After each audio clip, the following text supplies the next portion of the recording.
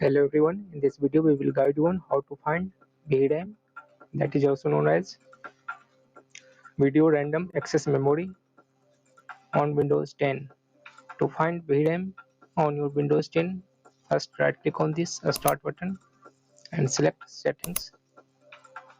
In settings click on system, then select display, then on the right scroll down and click on the advanced display settings link, then click on display adapter properties.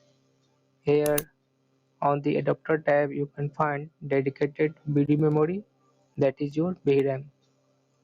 One another method that you can use, press Windows and R on the keyboard. This will open run dialog box. Here type dxdiag. You can copy this command from this video description also. Type here dxdiag and click on OK. Then click on display tab.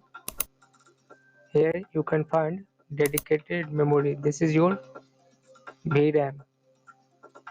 In my case it is 0 MB,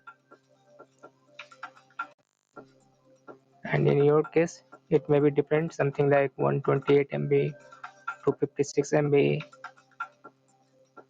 Thank you for watching this video. If you have not yet subscribed to our channel GearUpWindows, do hurry up. Thank you. Bye.